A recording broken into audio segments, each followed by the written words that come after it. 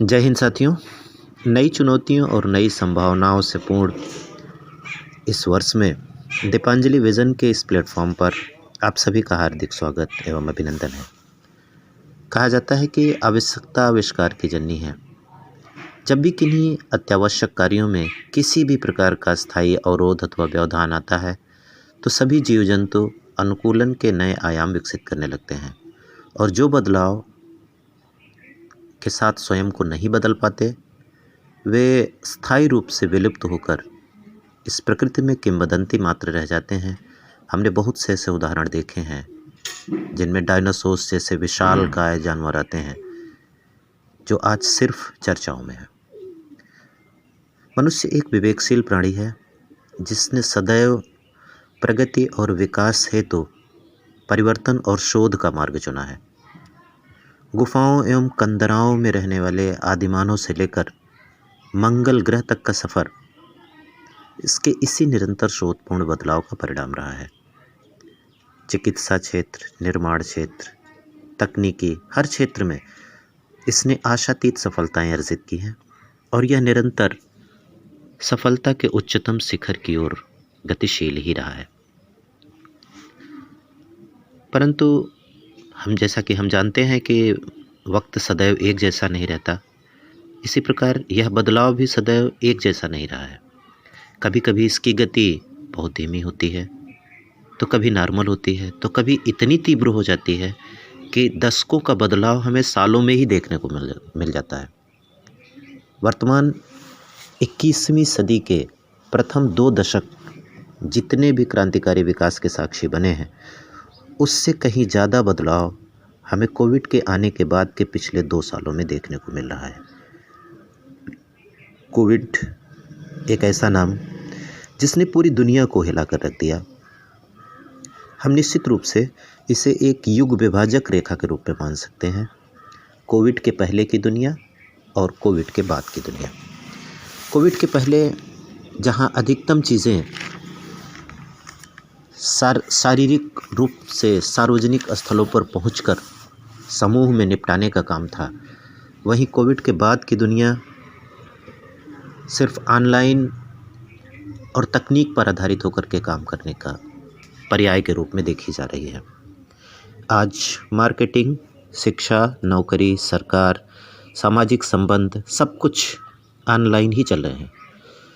हालांकि इसकी शुरुआत तो 21वीं सदी के साथ ही हो गई थी, परंतु 2020 के बाद इसमें एक क्रांति सी आई है और इस क्रांति को देखते हुए और इस तीव्र बदलाव को देखते हुए इस कोविड से जनमानस के गिरे हुए आत्मविश्वास को देखते हुए हमारे आदरणीय प्रधानमंत्री महोदय ने हमें प्रेरित करने हेतु और जनमानस को उत्साहित करने हेतु 2 नारे दिए, आत्मनिर्भर और आपदा में अवसर। आज हमें इन दोनों नारों को, इनकी गहनता और इनकी गंभीरता को समझना होगा और उन्हीं के अनुसार खुद के साथ साथ अपने बच्चों के भी कैरियर के बारे में सोचना होगा। दोस्तों, आपदा कोई भी हो दर्दनाक ही होती है और अपने पीछे बहुत से असहनीय जख्म छोड़ कर जाती है और इनसे प्रभावित परिवारों से रिश्ते, खुशियाँ, प्यार, कैरियर और भी न जाने क्या क्या इतनी बड़ी मात्रा में छिन जाता है कि उन्हें दोबारा संभलने में बहुत बड़ा वक्त लगता है। हाँ, जब आपदा का दायरा सीमित होता था तो परिवार, पड़ोस, समाज या सरकार से हमें सहारा मिल जाता था, लेकिन कोविड एक ऐसी विश्वव्यापी आपदा रही है जिसमें शायद ही कोई किसी का सहारा बन सका हो। और हमारे देश में विशेष रूप से कोविड की दूसरी लहर तो इतनी भयावह थी कि हमें से न जाने कितने लोगों ने अपने सबसे अनमोल रिश्ते और संबंध खोए हैं। जिन भाग्यशाली लोगों पर इस महामारी का दुष्प्रभाव नहीं पड़ा या कम पड़ा, उन सभी को हमारी तरफ से बहुत बहुत बधाइयाँ और परमपिता परमात्मा का लाख लाख शुक्र। परंतु जिन लोगों ने इसकी दर्दनाक मार झेली है, उन सभी के प्रति हमारी सच्ची संवेदनाएं और साथ ही यथासंभव हमारा सहयोग एवं समर्पण का संकल्प। जिन परिवारों को अपने किसी भी प्रियजन के बिछड़ने के गम को सहना पड़ा, उनके लिए कभी न भुला सकने वाला यह वर्ष जो दुखों का पर्याय हुआ, न जाने कितने दुष्प्रभावों एवं दुष्परिणामों का बोझ छोड़कर गया होगा। हम इसकी कल्पना भी नहीं कर सकते।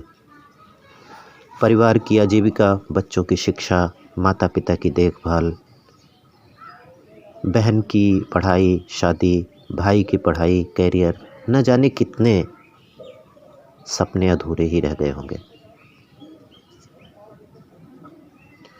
और इन बच्चों, परिवार में इन लोगों में से बहुतों की ज़िंदगी न जाने किस सुनहरे राह से भटक कर किस अंधकारमय राह की तरफ मुड़ गई होगी। यह सोचकर ही हमारी रूह कांप उठती है जब हम इसकी कल्पना अपनों को उस जगह रख कर करते हैं। लेकिन दोस्तों, यह ज़िंदगी है। इन सारी विषमताओं के बावजूद हमें अपनों के लिए और अपनों के प्रति देखे गए उन अधूरे सपनों के लिए जीना है और इन्हें पूरा करना है।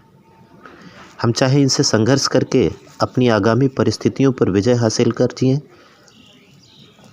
अथवा इनके बोझ और दबाव में बिखर कर सब कुछ भाग्य और विधाता पर छोड़कर सिर्फ अनहोनी और दुर्भाग्य को कोसते हुए जिएं। हमें पता है, हम इसका अंदाज़ा लगा सकते हैं कि इतने बड़े दुख से इतनी जल्दी उबर पाना बहुत आसान नहीं है, लेकिन इसके अलावा हमारे पास कोई दूसरा विकल्प भी नहीं है। प्रलय के बाद निर्माण ही एकमात्र विकल्प आता है और हमें इस उम्मीद के साथ आगे बढ़ना है कि ऊपर वाले द्वारा दी गई एक एक सांस उसके हवाले होती है। हमें न उससे ज़्यादा मिलेगा और न कम। तो हो सकता है उन्होंने हमारे हाथ सिर्फ इसीलिए खाली कराए हों कि वो हमें कुछ बेहतर देना चाहता हो, उसके बदले में कुछ बेहतर मिलने वाला हो।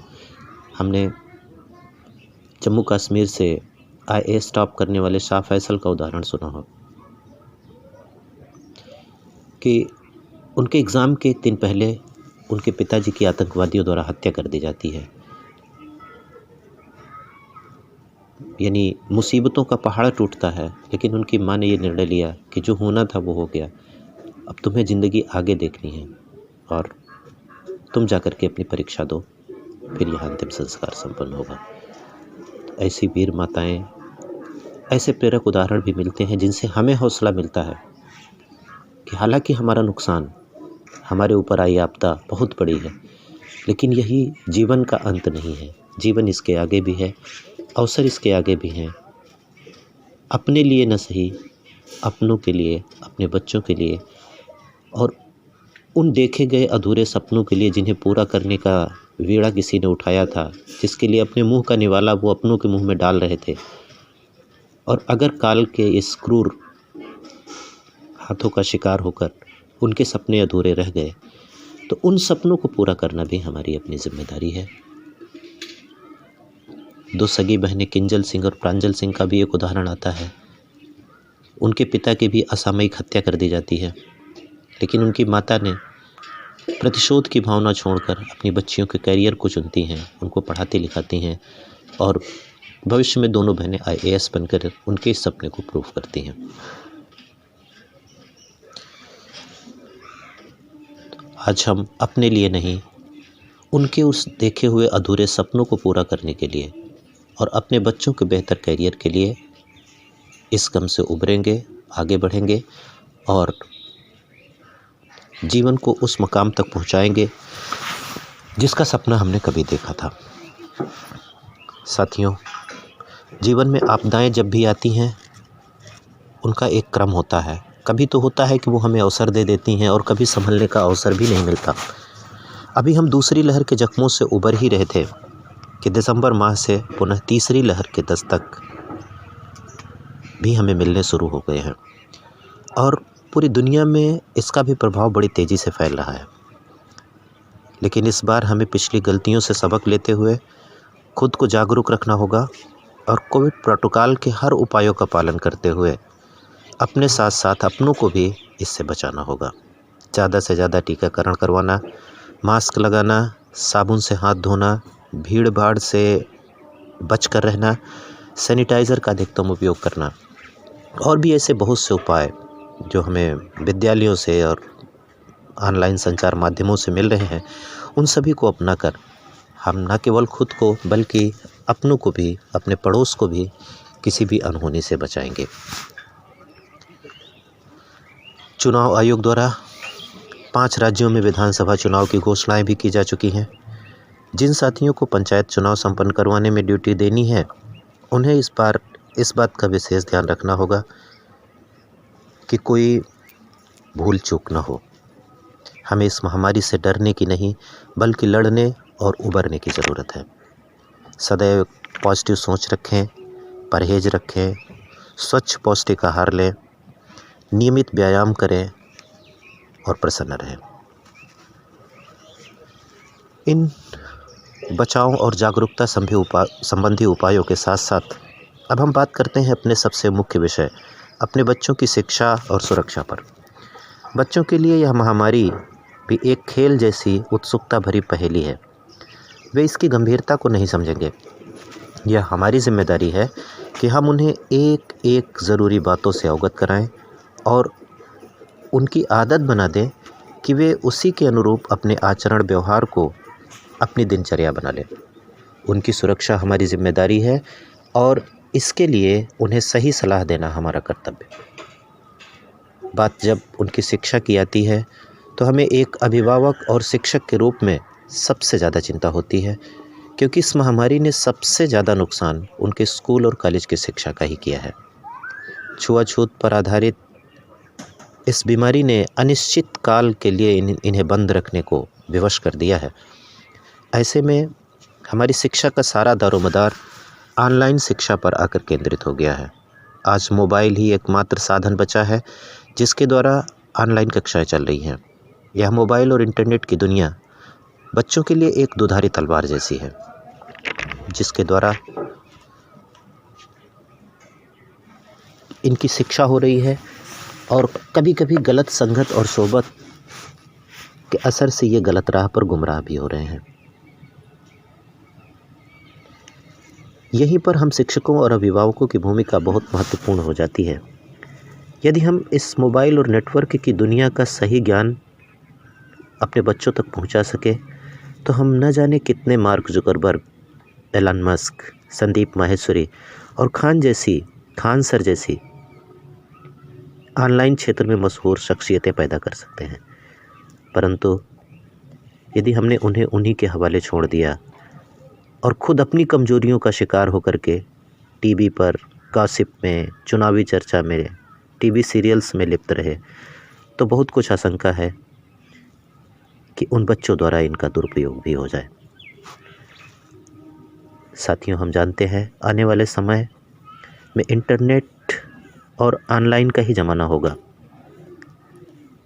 आज जिस तेज़ी से सारी चीज़ें ऑफलाइन से ऑनलाइन मोड पर शिफ्ट हो रही हैं, वह आने वाले कुछ ही दशकों में हमारे लिए एक मजबूरी हो जाएगी कि हमें सब कुछ ऑनलाइन ही इस्तेमाल करना होगा। फिर आने वाली पीढ़ी के लिए तो इसके सिवा कोई दूसरा विकल्प ही नहीं होगा। अगर कोई भी चीज़ जो हमारे लिए और हमारे बच्चों के लिए इतनी महत्वपूर्ण होने जा रही है, तो हमें उसके बारे में जानकारी रखना भी बहुत ही महत्वपूर्ण है, क्योंकि जिस दुनिया में हम रह रहे हैं, ऑनलाइन सर्विसेज से लेकर के ऑनलाइन फ्रॉड तक, अगर हम उससे रूबरू नहीं हैं, उससे अवेयर नहीं हैं, तो निश्चित रूप से हम अपना नुकसान कर रहे हैं और बहुत बड़ा नुकसान कर रहे हैं। अगर हम ऑनलाइन क्षेत्र के इस दानव की शक्तियों को देखें तो इसके अंदर केवल नुकसानदायक ही नहीं, बहुत सी पॉजिटिव शक्तियाँ भी हैं। आज गूगल, यूट्यूब, वेबसाइट्स, ब्लॉग्स और न जाने ऐसे कितने भिन्न भिन्न प्लेटफॉर्म हैं जो न केवल ज्ञान के बल्कि आय के भी बहुत बड़े स्रोत हैं। और दुनिया में लाखों लोग और हमारे देश में भी हज़ारों लोग इन्हीं माध्यमों को अपनाकर हज़ारों और लाखों रुपए मंथली की अर्निंग कर रहे हैं और अपने अपने लिए इसे स्थायी रूप से करियर बनाकर अपनी एक अलग पहचान बना चुके हैं। हाँ, बहुत से लोग ऐसे भी हैं जिन्होंने इसका गलत इस्तेमाल किया, गलत जानकारी और गलत संगत का शिकार होकर के अपने लिए और अपने समाज के लिए भी नुकसान किया है। अतः हमें अपने बच्चों को गलत और सही की सही पहचान करवानी बहुत ज़रूरी है और ख़ुद के लिए यह बहाना भी नहीं करना है कि हम तो खुद पुराने ज़माने के लोग हैं, हमें इसकी जानकारी नहीं है। इस दुनिया में कुछ भी चीज़ ऐसी नहीं है जो सीखी नहीं जा सकती, और अगर कोई भी चीज़ हमारे साथ साथ हमारे अपने बच्चों के लिए इतनी महत्वपूर्ण है, जिस पर हमारा सारा कुछ, हमारी आर्थिक, सामाजिक, नैतिक सब कुछ उसी क्षेत्र पर निर्भर होने जा रहा है, तो हम उसको क्यों नहीं सीख सकते। हम अपने बच्चों को ही अपना दोस्त बनाकर उनकी मदद से, उनके मार्गदर्शन से सीखेंगे और न केवल उनकी शिक्षा, सुरक्षा और रोज़गार से संबंधित बातों को समझेंगे, बल्कि इससे हमारे पारस्परिक रिश्तों और संबंधों में भी आशातीत सुधार होगा और हमें इस महामारी में भी एक अवसर मिलेगा कि हम अपनों के और करीब आएंगे और इसके साथ साथ अपनों के साथ साथ सर्व समाज के भी कुछ काम आए। इन्हीं सारी शुभकामनाओं के साथ आप सभी का बहुत बहुत आभार। आपके विचारों और मार्गदर्शन का सदैव इंतज़ार रहेगा। जय हिंद।